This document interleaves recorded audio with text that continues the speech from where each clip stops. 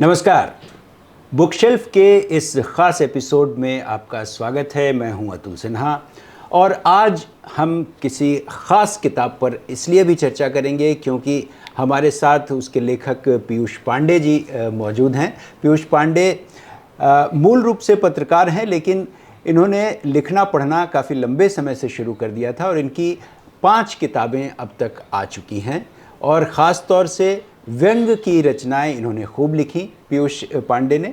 लेकिन हाल ही में इन्होंने अपना जो उपन्यास लिखने का जो एक सिलसिला है उसको थोड़ा सा नया फ्लेवर दिया और उस फ्लेवर में इन्होंने अपने आप को थ्रिलर और फिक्शन की तरफ लाने की कोशिश की।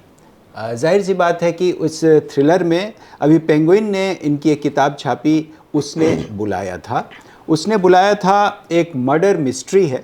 जाहिर सी बात है कि हम लोगों ने अभी तक जिन साहित्यिक किताबों पर चर्चा की है वो इससे काफ़ी अलग है और ये किताब इसके अलावा मनोज वाजपेयी जो जाने माने अभिनेता रहे उस पर इनकी एक किताब है। मनोज वाजपेयी की पूरी बायोग्राफी इन्होंने लिखी है। कुछ पाने की ज़िद ये मनोज वाजपेयी पर इनकी किताब है जो कई भाषाओं में जिसका अनुवाद हुआ है। और ये 3 किताबें जो अभी मेरे पास मौजूद हैं, कबीरा बैठा डिबेट में, ये बाद में आया, धंधे मातरम एक किताब है और छिछोरेबाजी का रिजोल्यूशन, ये 3 व्यंग पर केंद्रित इनका संग्रह है। तो पीयूष जी, बहुत स्वागत है आपका इस कार्यक्रम में। Thank you sir. लेकिन बात हम करेंगे, शुरुआत उसने बुलाया था जो कि एक मर्डर मिस्ट्री है और एक व्यंग्यकार के तौर पर आपने ये जो सफ़र शुरू किया, अचानक लिखते लिखते आपको ये थ्रिलर का या जो ये रोमांच है लोगों के बीच में, उसकी तरफ आप कैसे मुड़ गए? नहीं, आपने खुद ही जिक्र किया सर कि बीच में एक ब्रेक आया मनोज वाजपेयी की बायोग्राफी। तो मनोज वाजपेयी की बायोग्राफी लिखी, वो भी एक लिहाज से कहानी है, एक लिहाज से उपन्यास है, लेकिन एक कहानी जीवित व्यक्ति की है जिसमें तथ्य बहुत महत्वपूर्ण है, क्योंकि आप किसी की बायोग्राफी लिख रहे हैं तो तथ्यों के साथ खिलवाड़ नहीं कर सकते। उसने बुलाया था एक फिक्शन है, काल्पनिक कहानी है, इसमें आप अपने हिसाब से कहानी को डाल सकते हैं। लेकिन जहाँ तक आपका सवाल है सर कि तो व्यंग से यहाँ मुझे जासूसी किताबें से ज़्यादा फिल्मों का शौक़ है। मैंने फिल्में बहुत देखी हैं, इस तरह की फिल्में हिचकॉक से लेकर अब इंडियन जितने भी डायरेक्टर्स हैं उनकी फिल्में बहुत देखी हैं। तो मुझे मज़ा आता है कि मर्डर मिस्ट्री किस तरह से सॉल्व होती है। तो मैंने एक फ़िल्म का स्क्रीन प्ले पहले लिखा जिस पर फिल्म बनाने की कोशिश थी। मैं खुद भी कर रहा था, मैं चाह रहा था कि वो उस पर फिल्म बने। फिल्म बनते बनते रह भी गई, लेकिन इस बीच में मेरा, चूंकि मैं पत्रकार हूँ, चैनलों में आना जाना लगा रहता है, तो कई बार उस चक्कर में वो फिल्म का मामला अटक गया और मुझे लगा कि ये कहानी कहीं ऐसा ना हो कि मैं कह ही ना पाऊँ। उसने बुलाया था कि कहानी एक ज़रूरी कहानी है, मुझे लगता है ज़रूरी कहानी जो कही जानी चाहिए थी। तो मैंने उसको फिर उपन्यास में कन्वर्ट किया, उसको ढाला, फिर पेंगुइन को भेजा। पेंगुइन ने ही मनोज वाजपेयी की बायोग्राफी छापी थी, तो उनको भी इसकी किताब मतलब ये कहानी अच्छी लगी, तो उन्होंने कहा कि हम छापना चाहते हैं और ये किताब के रूप में आपके सामने है। पीयूष जी, आप आमतौर पर शुरुआत आपने जिस तरह से व्यंग्य लेखन से किया और एक हाल में एक ट्रेंड चल पड़ा पिछले कुछ सालों से कि एक बार फिर से क्राइम थ्रिलर्स और थ्रिलर्स रिवाइव होने लगे और एक जो ज़माना था कर्नल रंजीत वाला, और उस दौर में जिस तरह से लोग बसों में जाते थे तो किताबें खरीदते थे और इतने डूब जाते थे उसमें, लोगों का वो रहस्य रोमांच वाला जो उनकी उस समय की जो आदत थी वो एक बार फिर से रिवाइव होने लगी। तो और दूसरे ये कि जो तमाम OTT प्लेटफॉर्म्स आए, बहुत सारी फिल्में आईं और ऐसा लगा जैसे लेखक अगर ये न लिखे तो उसका जो लेखन है वो अधूरा रह जाता है। तो आपने जो व्यंग्य से इधर जो शिफ्ट किया अपने आप को, शिफ्ट क्या कहें, आजकल लेखक जो हैं वो हर विधा में माहिर होते हैं और कोशिश करते हैं कि लिखें, लेकिन जो आपने किया या उसने बुलाया था, जिस तरह से पॉपुलर भी हुआ इस हाल के दिनों में, तो आपको क्या लगता है पाठकों का जो मिजाज है वक्त के साथ बदलना शुरू हो गया है, या साहित्य की जो नई धारा एक देखने को मिल रही है उसमें क्या क्या बदलाव आपको नज़र आ रहा है होते हुए? अतुल जी, मुझे लगता है कि जहाँ तक पहले मेरा मामला है तो मैंने ये कुछ सोच कर इस तरफ शिफ्ट होना है, उसको लिखना है, नहीं लिखना है, ऐसा नहीं है। मैंने जैसे आपको बताया है कि व्यंग के 3 किताबों के बाद मनोज वाजपेयी की बायोग्राफी लिखी। वो भी एक आकस्मिक फैसला था। मनोज जी से मेरा परिचय था, मैंने उनको फ़ोन किया कि आपकी बायोग्राफी लिखना चाहता हूँ। उन्होंने परमिशन दे दी और मैंने कहा कि आपकी हेल्प भी चाहिए होगी लोगों से मिलवाने में, तो उन्होंने कहा ठीक है। तो फिर वो बायोग्राफी लिखी गई। उसने बुलाया था, जैसे मैंने कहा कि मैंने 2013-14 मुझे लगता है 2013 में ये आइडिया कॉन्सेप्चुलाइज 2013 में किया था। और मैं एक छोटे बजट की फिल्म बनाना चाहता था जो एक रुका हुआ फैसला से प्रेरित थी कि एक कमरे में ही पूरी शूट हो जाए, ऐसा कोई आइडिया था, ताकि कम बजट में मैं शूट कर पाऊँ, क्योंकि मैं खुद डायरेक्ट करना नहीं, चाहता आपने था। कोशिश भी की थी, आपने एक फिल्म बनाई हाँ, भी। वो पार्ट टाइम जॉब, मैंने वो शॉर्ट फिल्म बनाई थी। लेकिन ये मेरे दिमाग में था कि फीचर फिल्म बनानी है जो कम बजट में बने, जिसके लिए कोई अच्छी स्टोरी चाहिए, लेकिन उसका कैनवास छोटा होना चाहिए, सो दैट कि आपको प्रोडक्शन कॉस्ट ना आए।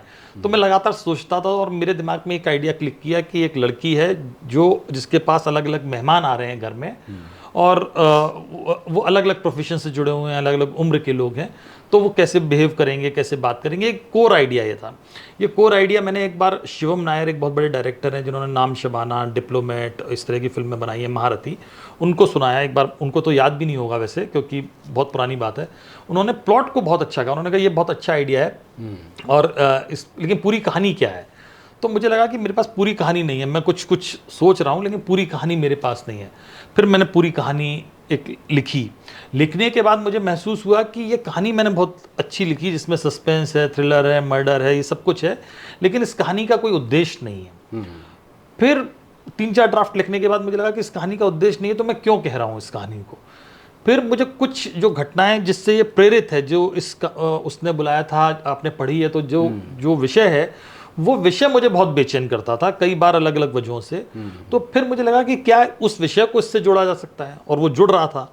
तो वो जब जुड़ रहा था तो फिर उसको एक उद्देश्य मिला कहानी को, और मैंने कहानी लिखी। उसके बाद संयोग ये हुआ कि मैं एक बार बम्बई गया, तो जयदीप साहनी एक बहुत बड़े स्क्रिप्ट राइटर हैं, उनको मैंने कहानी सुनाने का मौका मिला मुझे, यशराज में ही। तो उन्होंने भी कहानी सुन के बहुत तारीफ की कि बड़ी इंटरेस्टिंग कहानी है, बहुत अच्छा प्लॉट है, और इस पर आप फिल्म या वेब सीरीज बना सकते हैं। तो उससे एक थोड़ा सा हौसला मिलता है कि जब बड़े लोग आपकी कहानी को मतलब कहते हैं कि हाँ ठीक दिशा में है। फिर मैंने अपने दोस्तों को, फिर जब इसको उपन्यास में कन्वर्ट किया, दोस्तों को भेजा, उन्होंने भी पीठ थपथपा दी, तो फिर ये लिखी गई। अब आपने कहा कि आजकल के लोग बहुत से लिख रहे हैं, तो मैं इस पर इसलिए कमेंट नहीं कर सकता कि मुझे लगता है कि ये एक विषय तो ऐसा है जिसमें पाठकों की रुचि है। कर्नल रंजीत और सुरेंद्र मोहन पाठक और ये सब का आप जिक्र किया आपने। हाल के सालों में OTT ने इसकी जगह ले ली थी। बिल्कुल। OTT से पहले आपको याद होगा सर, टीवी पर जो कार्यक्रम आना शुरू हुए थे, जुर्म, वारदात, और जो क्राइम के, एक ज़माना था मेरे ख्याल से 2007-8 के आसपास टेलीविज़न न्यूज़ चैनलों पर क्राइम के बहुतायत में कार्यक्रम थे, और प्राइम टाइम में सारे चल रहे थे। और मैंने एक CSDS के लिए रिसर्च भी की थी, तो जिसका सब्जेक्ट था न्यूज़ चैनलों का सत्य कथाकरण। फेलोशिप मुझे मिली थी एक CSDS के लिए, तो यही सब्जेक्ट था। तो पूरी रिसर्च की थी किस तरह से क्राइम के प्रोग्राम चल रहे हैं। तो लोगों की दिलचस्पी तो होती ही है इसमें। मुझे लगता है कि अब एक ऑडियंस जो इन चीज़ों में जिसकी दिलचस्पी है, और इसने अमेजन ने आकर, यानी फ्लिपकार्ट और अमेजन, अब किताबों की पहुंच ने जिस तरह से आसान बनाया, मुझे लगता है कि हो सकता है थोड़ी पॉपुलर राइटिंग भी है, ये जो ठेठ साहित्य नहीं है, पॉपुलर राइटिंग है। हर तरह के पाठक इसको मिल सकते हैं, मतलब जो बच्चे हैं, बच्चे से मतलब किशोर हैं, वो भी पढ़ लेंगे तो कोई दिक्कत नहीं है, और जो बड़ी उम्र के लोग हैं उनको भी आनंद आया। और मेरी किताब के साथ भी मैंने ये महसूस किया है कि हर उम्र के लोगों ने पढ़ा तो उनको आनंद आया। उन्होंने कहा कि हमने पढ़ी, एक बार में ही पढ़ ली। तो मुझे लगता है, लेकिन जो आपका सवाल था वो उसका लास्ट रिप्लाई यही है कि ना मैंने ये सोच के लिखी कि ये ट्रेंड चलता, ये तो कहानी बहुत दिनों से जहन में थी। जी जी पीयूष जी, लेकिन एक आपको ये उपन्यास लिखते हुए जाहिर है अच्छा लगा होगा, आप डूबे आप इसमें, कई सालों से आप इस पे मेहनत कर रहे हैं, लेकिन आप शुरू से व्यंग्य लेखन करते रहे, राजनीतिक व्यंग्य भी आपने लिखे काफ़ी, व्यवस्था पे चोट की आपके व्यंग्य लेखन ने, और आपकी किताब में भी इसका जिक्र है। आपको क्या लगता है कि उसमें जो मज़ा है और दर्शकों के, पाठकों के बीच और गहराई तक पहुंचने की जो वो क्षमता है, वो इस थ्रिलर में ज़्यादा होती है या कम होती है, जब तक कि उसकी फिल्म, उस पर कोई फिल्म ना बन जाए? नहीं सर, इस पे मेरा अनुभव ये है कि मुझे अभी अगर मैं देखूंगा तो मेरी 3 विधाएं आप कह सकते हैं, बायोग्राफी, व्यंग और ये क्राइम फिक्शन। मुझे तीनों में भरपूर आनंद आया। व्यंग का अपना आनंद है, लेकिन व्यंग के तीनों मेरे व्यंग संकलन है, मतलब वो छोटे व्यंग है जो संकलित होकर किताब की शक्ल में आए। व्यंग का उपन्यास नहीं है, और व्यंग का उपन्यास लिखना बहुत टेढ़ी खीर है, मतलब वो बहुत परिपक्वता मांगता है, बहुत मेहनत मांगता है। मुझे लगता है व्यंग लिखना सबसे मुश्किल काम है। छोटे व्यंग मैंने लिखे हैं, वो लिखना अपेक्षाकृत आसान है, हालांकि आसान वो भी नहीं है, लेकिन अपेक्षाकृत आसान है।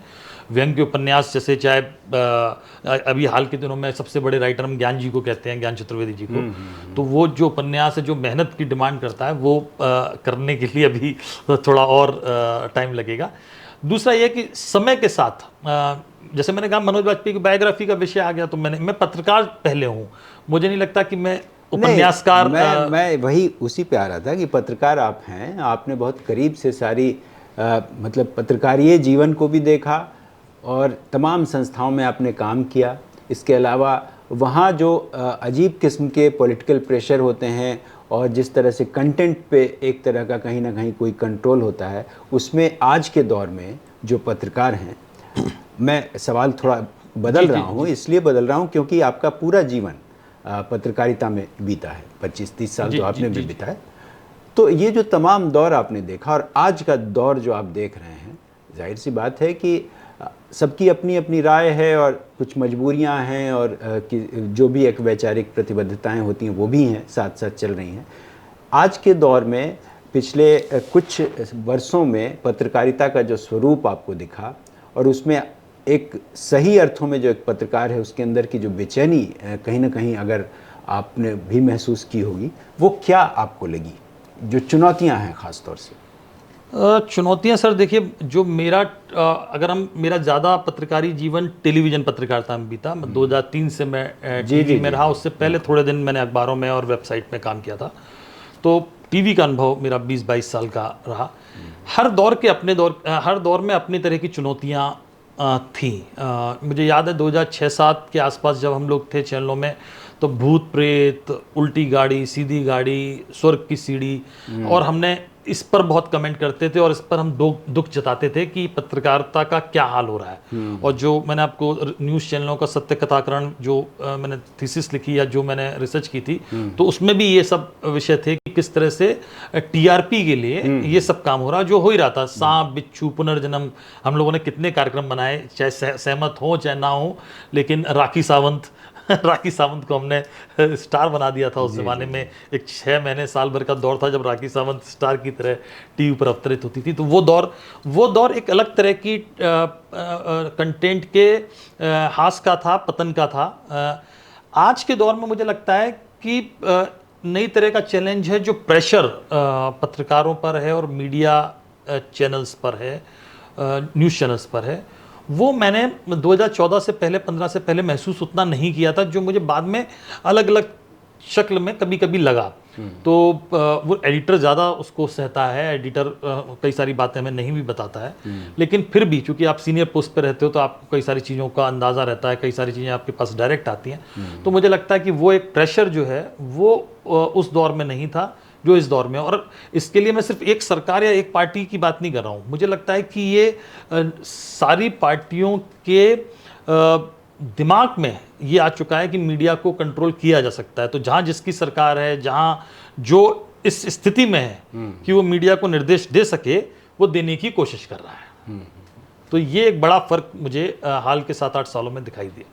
हाँ, तो मुझे लगता है जैसे बहुत सारे पत्रकार जो कहीं ना कहीं लेखन की तरफ मुड़े, फिर से हम लेखन पे आ रहे हैं, लेखन की तरफ जब मुड़े तो कहीं ना कहीं उनके अंदर कोई ना कोई पत्रकारीय बेचैनी भी थी, या ये एक अलग किस्म की विधा है तो चलो भाई इसमें भी हाथ आजमाते हैं कुछ? ये हो सकता है, निश्चित तौर पे हो सकता है, लेकिन मेरे मामले में ये नहीं था। मेरे मामले में ये बिल्कुल नहीं था, क्योंकि उसने बुलाया था 2012-13 से एक कहानी आकार ले रही थी।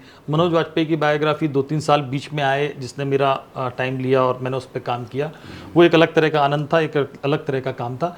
मेरे मामले में ये था कि मुझे ये चैलेंजेस पसंद है कि जब आप कुछ लिखते हैं, कुछ नया गढ़ते हैं, नया क्रिएटिव करते हैं पत्रकारिता से अलग, तो उसका एक अलग आनंद होता है। आप जब मनोज वाजपेयी की बायोग्राफी जब मैं लिख रहा था तो उस जीवन में झांकना बड़ा आनंद दे रहा था, जब उनके बारे में वो बातें पता चल रही थी जो लोगों को नहीं मालूम है। आप किसी से किससे सुन रहे हो, अनुराग कश्यप कुछ बता रहे हैं आपको, पीयूष मिश्रा कुछ बता रहे हैं, अनुभव सिन्हा कुछ बता रहे हैं, जो उनके दोस्त क्लोज साथी हैं और जो आम लोगों को नहीं मालूम, तो आप उसको जानते पहचानते आपको एक आनंद आता है। फिर आप उसको लिख रहे थे, उसने बुलाया था, क्राइम फिक्शन था, तो आप एक ये चैलेंज था कि आप कैसे इसको इस तरह से रचो कि लोगों को ये आनंद आए और आप उनको चौंका पाओ कि भाई मर्डर किसने किया, क्यों किया।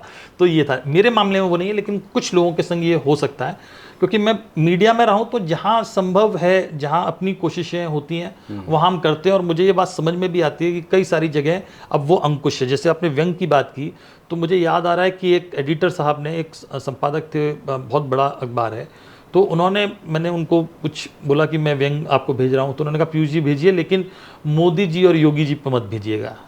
तो ये उन्होंने साफ साफ कह दिया कि भाई इनको व्यंग से दूर रखिए।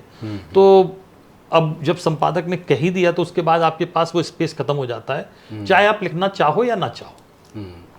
लेकिन एक पत्रकार होने के नाते जो आप जिस तरह से अभी आपने चर्चा की योगी और मोदी की, या कोई भी सत्ताधारी पार्टी का कोई भी नेता ऐसा हो, इसने तो, इस रिजीम ने तो ख़ास तौर से साबित कर दिया है इतने कुछ समय में कि मीडिया को किस तरह से कंट्रोल करते हैं।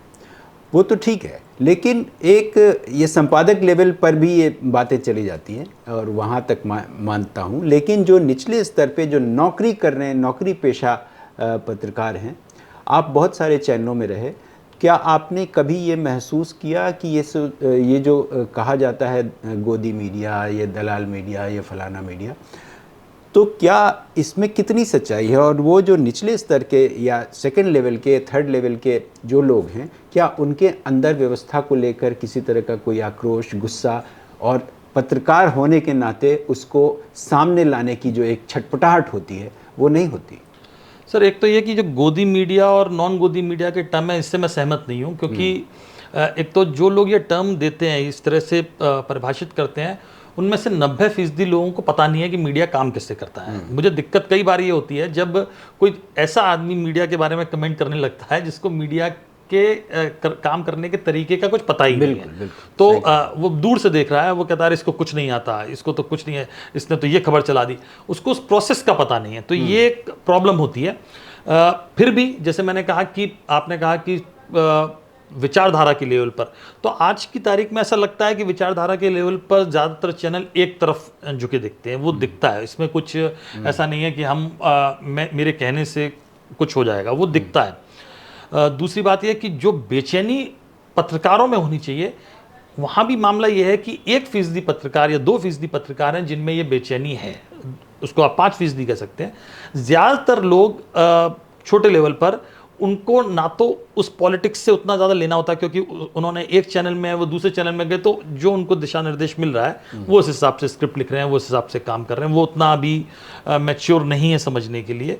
दूसरा ये भी है कि जॉब एक बड़ा नौकरी कई सारे लोग सर ऐसे आए हैं मीडिया में जो बेसिकली एक नौकरी करने आए हैं।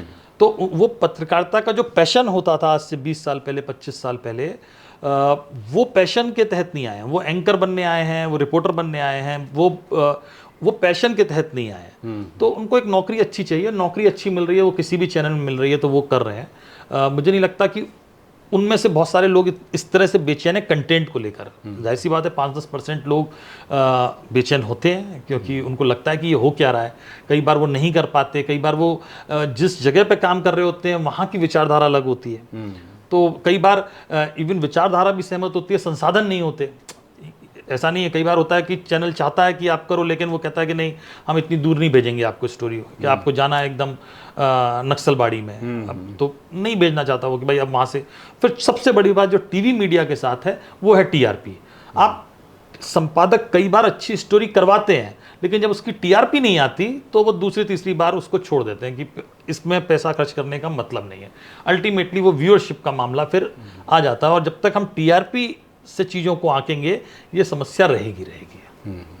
नहीं, ये आपने बहुत अच्छी बात और व्यावहारिक बात बताई है, ख़ासतौर से टीवी चैनलों को लेकर के जिस तरह का परसेप्शन बना हुआ है, और लंबे समय से टीआरपी को लेकर बहस भी चलती रही है। और ऐसे समय में बहुत सारे पत्रकार जिन्होंने लिखना पढ़ना शुरू किया और अंदर से जो उनकी क्रिएटिविटी थी वो अलग अलग तरीके से, जैसे आपने इतनी सारी किताबें लिखी हैं और बहुत सारे हमारे पत्रकार मित्र ऐसा काम कर रहे हैं, ये एक अच्छी बात है। लेकिन एक सामाजिक तौर पर हम सारे जितने भी लोग हैं जो कि एक जागरूक कहे जाने वाले लोग हैं, जो कहीं ना कहीं जैसे आपके व्यंग में भी कई बार इस बात की झलक मिलती रही है, क्या उनकी भूमिका कोई हो सकती है आज के दौर में कि एक पैरेलल मूवमेंट जैसा कुछ अपने लेखन के ज़रिए वो खड़ा कर पाएँ? मुझे लगता है सर लेखन का रूप बदल गया है। एक तो अब लेखन उस तरह से आपको बेचैन और प्रभावित नहीं कर पा रहा, क्योंकि पढ़ा ही नहीं जा रहा उतना नहीं पढ़ा जा रहा। हालांकि कुछ लोग दावे करते हैं कि बहुत किताबें बिक रही हैं, लेकिन मैं एक प्रैक्टिकल बात बता रहा हूँ। नई जनरेशन किताबें नहीं पढ़ रही, अखबार नहीं पढ़ रही, वो वीडियो देख रही है, वो रील्स देख रही है, वो यूट्यूब वीडियो देख रही है, वो बहुत सारा कंटेंट वीडियो की शक्ल में देख रही है। तो एक तो ये है कि जिन लोगों को बेचैन करता है उनमें से कई सारे लोग उस फॉर्म में आ भी गए हैं। वो यूट्यूब पर अपनी बात कह रहे हैं और उनकी एक अपनी फैन फॉलोइंग है। वो राइट विंगर भी हैं, लेफ्ट विंगर भी हैं, अलग अलग तरह के लोग हैं जिन्होंने यूट्यूब को अपना जरिया बनाया कहने का, और उनके पास बड़ा ऑडियंस है। लेखन का सुख अलग है और पाठन का भी सुख अलग है, पठन का सुख भी अलग है, लेकिन वो कम हो रहा है धीरे धीरे। मुझे खासकर नई जनरेशन का हिंदी से ये एक अलग तरह की समस्या है, क्योंकि मैं अपने घर से, अपने पड़ोस से, अपने ऑफिस में जो लड़के लड़कियां हैं, नए बच्चे हैं, उनका जो बेसिक सर्वे करता हूं तो मुझे लगता है कि ये मामला बहुत गड़बड़ है। मेरे ऑफिस में एक लड़की है, यंग लड़की है, 24-25 साल की। उसने मेरी किताब ऑर्डर की, उसने बुलाया था, उसके पास आ गई। मैंने उससे पूछा कि तुमने मेरा उपन्यास पढ़ा? तो उसने कहा सर उपन्यास क्या होता है। उपन्यास शब्द उसको खटक गया कि उपन्यास क्या, तो वो अटक गई उस पर। तो ये मेरे लिए चौंकाने वाली बात थी। उसने किताब ऑर्डर करी मेरे कहने से कि मतलब उनके लिए किताब है, चाहे वो उपन्यास हो या कहानी हो। हाँ, उपन्यास शब्द उसको नहीं आता था। तो ये एक बड़ा मतलब चिंताजनक बात है, दुर्भाग्यपूर्ण है कि, और वो जो बच्ची है वो गाजियाबाद की रहने वाली है। वो ऐसा नहीं है कि साउथ दिल्ली की है या बिल्कुल जुहू की, जहाँ पे एक अलग तरह का एटमॉस्फेयर, अलग तरह का वातावरण है। तो ये चिंता मुझे लगता है। हाँ, जो नई पीढ़ी आई है, खासतौर से 2000 के बाद वाली जो पीढ़ी है और अब जो आ रही है, उसमें पढ़ने लिखने को लेकर के एक ये निराशा की स्थिति तो है ही। वो पढ़ना लिखना नहीं चाहती, हर वक्त मोबाइल से चिपकी रहती है। तो ये जो कंटेंट, सारे के सारे लोग जब आप देखेंगे उसमें कंटेंट क्रिएटर हैं। बिल्कुल, हम हैं, आप हैं, बिल्कुल, दुनिया जहान के लोग हैं, सारे के सारे कंटेंट क्रिएटर हैं, बिल्कुल बना रहे हैं कंटेंट। लेकिन अब पढ़ाई लिखाई, उसके लिए भी आपको पढ़ना लिखना तो पड़ेगा ना। तो वो चीज़ जो अभाव है, आप तमाम मीडिया इंस्टीट्यूट्स में जाते होंगे, मैं भी जाता हूँ, बहुत सारे बच्चों से मिलता हूँ, तो वहाँ ये कमी हम लोगों को हमेशा नज़र आती है कि भाई आजकल के बच्चों में सिर्फ स्क्रीन पे दिखने का एक बेचैनी है, पढ़ने लिखने से उनको कोई वास्ता नहीं है। लेकिन ऐसे दौर में जब ये नई पीढ़ी ऐसे बन रही है, तो क्या हमारा जो सत्ताधारी जो हमारी पार्टी है, सत्ता पे बैठे हुए जो लोग हैं, क्या उनको लगता है कि इस पूरी पीढ़ी को अपने फ़ायदे में इस्तेमाल करें, चाहे वो लिखने पढ़ने वाले हों, पत्रकार हों, लेखक हों, मतलब जो भी हों, उनको वो अपने हित में इस्तेमाल कर रहे हैं? वो तो कर ही रहे हैं, आप देखते होंगे तमाम सरकारों में ऐसा हो रहा है। तो क्या आपको लगता है कि अब जो नई पीढ़ी आ रही है वो इस पूरी जो हमारी लिखने पढ़ने की जो संस्कृति है, साहित्य को जो समझने का जो एक किसी ज़माने में हम लोगों का होता था, बड़े बड़े लेखकों के नाम लोग जानते हैं, आज कोई नहीं जानता, तो आने वाला जो वक्त है वो आपको साहित्य के नज़रिए से, लिखने पढ़ने के नज़रिए से क्या लगता है इसको देख कर? क्या अब मैं सर इतना बड़ा लेखक नहीं हूँ कि इस पर कमेंट करूँ, लेकिन फिर भी एक जागरूक पत्रकार मुझे चिंताजनक लगता है। हाँ। मुझे चिंताजनक लगता है, क्योंकि जिस तरह की किताबें ये पॉपुलर राइटिंग हम कर रहे हैं, वो एक तरह की राइटिंग है, वो अच्छी बात है। उसका सदुपयोग कह लीजिए, या उसका रोल, भूमिका ये है कि कम से कम हम पाठक को पढ़वा सकते हैं। ये किताब मेरे बेटे ने पढ़ ली, वरना दूसरी किताबें तो पढ़ने में भी दिक्कत है, या जो आसपास लोग हैं, क्योंकि इसकी हिंदी सहज है, सरल है, क्लिष्ट हिंदी नहीं है, उस तरह की वाक्य विन्यास नहीं है, कहानी भी थोड़ी सी ड्रामेटिक है। तो भाषा तो बहुत अच्छी है आपकी, वो मैंने देखा हाँ, ही मतलब आपकी सहज है वो टीवी की वजह से भी है, क्योंकि उस तरह की मैं ना तो जानबूझ के मैंने की भाषा और ना मैं करना चाहता था, मतलब दोनों ही बातें, वो सहजता से जो भाषा आई। लेकिन जो साहित्य, जो ठेठ साहित्य है, उसके लिए अपनी एक चुनौतियां हैं, क्योंकि हम वो कटाव है एक पाठकों से साहित्यकारों का, एक ब्रिज नहीं है कहीं। वो अभी भी कहेंगे कि मतलब उन जो नई जनरेशन है उससे उसका कोई जुड़ाव उस तरह का नहीं है। ना तो नई जनरेशन उनके कार्यक्रम में जा रही है, ना वो नई जनरेशन के पास पहुंच पा रहे हैं, ना वो ऐसा कंटेंट दे रहे हैं जो नई जनरेशन को आकर्षित कर पाए। दूसरी दिक्कत यह है कि स्क्रीन टाइम, जब किताब पढ़ते थे हम लोग तो हमारे पास समय होता था, स्कूल के बाद, कॉलेज के बाद इतना समय होता था, किताब पढ़ने के लिए एक फुर्सत चाहिए, एक लग्जरी टाइम होता है जब आप 2 घंटे 1.5 घंटे किताब पढ़ रहे हो। मोबाइल ने वो कर दिया है कि आप 30 सेकंड में रील्स देख रहे हो, 30 सेकंड में कहानी देख रहे हो, और इसीलिए आजकल माइक्रो ड्रामाज आ गए हैं जो 2-2 मिनट में एक एपिसोड चल रहा है। लोग मेट्रोज में, ट्रेन में, बस में खड़े होके वो देख रहे हैं, कान में ईयरफोन लगाए खड़ा हुआ है आदमी, ऐसे देख रहा है। तो और फिर जिस तरह की भाग दौड़ भरी दुनिया है, सुबह आदमी निकल गया है काम करने, रात में आ रहा है, मतलब बहुत सारी समाज शास्त्री उसके एंगल भी हैं। लेकिन ये बात सही है कि चैलेंज बहुत है, और मुझे लगता है कि जो साहित्य जिसको हम कहते हैं, जो उस जमाने के लेखक होते थे, जिन पर पढ़ते थे, जिन पर चर्चाएं होती थी, पहले ज़्यादा जगह चर्चाएं होती थी, चर्चा अभी भी होती है, ऐसा नहीं है कि नहीं होती, लेकिन वो दायरा सिमटता जा रहा है और नई जनरेशन से कटता जा रहा है मामला, ऐसा मुझे लगता है। चलिए, बहुत अच्छा लगा पीयूष जी, आपने बहुत विस्तार से चीज़ों को बताया। ख़ास तौर से इतनी सारी किताबें लिखने के बाद आपके अंदर बहुत सारी जो बातें हैं और अनुभव जो आपने किए इस बीच में, आपने पाठकों के सामने रखा।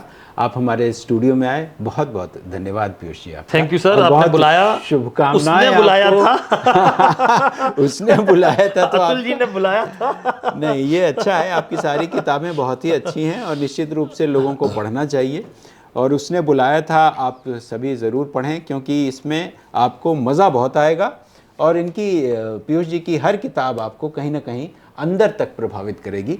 और इसी उम्मीद के साथ कि इनकी आने वाली जो किताब है वो आपके और करीब पहुंचेगी।